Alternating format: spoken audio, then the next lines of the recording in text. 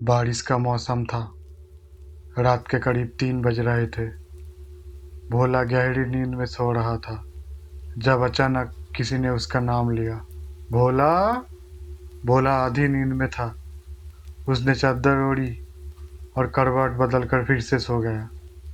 कुछ देर बाद फिर वही आवाज़ आई। भोला, मछली पकड़ने नहीं जाना क्या? जल्दी चल, नहीं तो आज अजय और विमल सारे मछली पकड़ लेंगे। ये सुनते ही भोला के दिमाग में एक बात चमकी। ये तो सुरेश की आवाज़ है।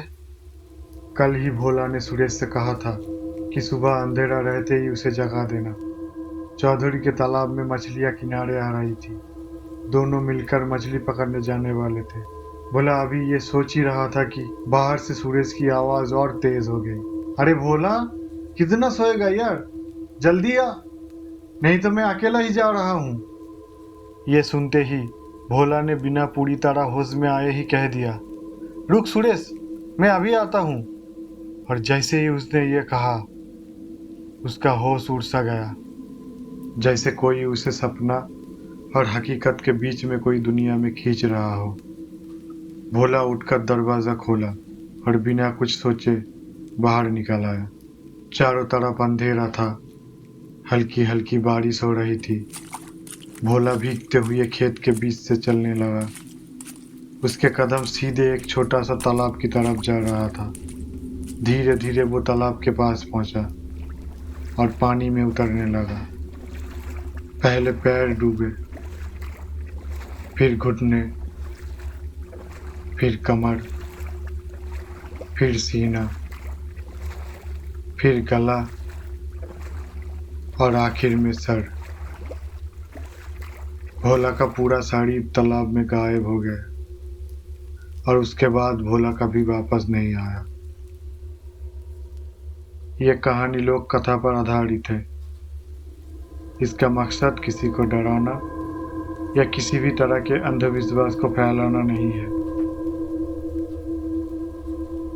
आज की ये लोक कथा इंटरनेट या सोशल मीडिया से कलेक्ट की हुई कहानी नहीं है। ये वो कहानी है जो मैंने अपने गांव में बचपन के दिनों सुने थे, जब रात को बिजली नहीं होती थी, मोबाइल फ़ोन नहीं थे और लोग बारिश या गर्मियों की रातों में एक जगह बैठकर कहानियां सुनाया करते थे। गांव में कहा जाता था कि निसी की पुकार ज़्यादातर गहरी रात में आता है। लगभग 1 बजे से लेकर सुबह के 4-5 बजे के बीच, जब इंसान आधी नींद और आधी जगी हुई होता है, तब हकीकत और सपने के बीच की फर्क करना मुश्किल हो जाता है। निसी के पुकार का तरीका बहुत सिंपल बताया जाता है। वो तुम्हारा नाम लेता है, बिल्कुल किसी अपने की आवाज़ में। कभी दोस्त की, कभी भाई की, या तो कभी उस इंसान की जिसे तुमने खुद कहा हो कि सुबह जल्दी उठा देना। गांव के बुजुर्ग कहते थे कि अगर कोई आवाज़ तुम्हारा नाम ले तो पहली बार, दूसरी बार या तीसरी बार कभी भी जवाब नहीं देना। चाहे नींद में हो, चाहे आवाज़ कितनी भी पहचानी हुई क्यों ना लगे, मगर कभी भी जवाब नहीं देना। यह भी कहा जाता था कि निसी कभी भी 3 से ज़्यादा बार नहीं बुलाता। अगर आवाज़ 3 से ज़्यादा बार आए तो समझ जाना वो तुम्हारे ही किसी अपनों का आवाज़ है। लेकिन पहली 3 बार जवाब देना मना था। माना जाता था कि अगर किसी ने गलती से जवाब दे दिया तो वो एक अजीब सी हालत में चला जाता है, ना पूरी तरह जगा हुआ, ना पूरी तरह सोया हुआ। उस हालत में वो बिना सोचे समझे घर से निकल जाता है। लोगों ने बताया कि ऐसे लोगों को रात के अंधेरे में खेत, तालाब या दलदल की तरफ जाते हुए देखा गया है। सबसे डरावनी बात तो ये है कि जब ऐसा कोई चल रहा होता है और कोई उसे आवाज़ दे तो वो पलटकर भी नहीं देखता। जैसे वो सुन ही नहीं रहा हो। और सुबह होने पर पता चलता है कि वो इंसान तो कभी घर वापस ही नहीं आया।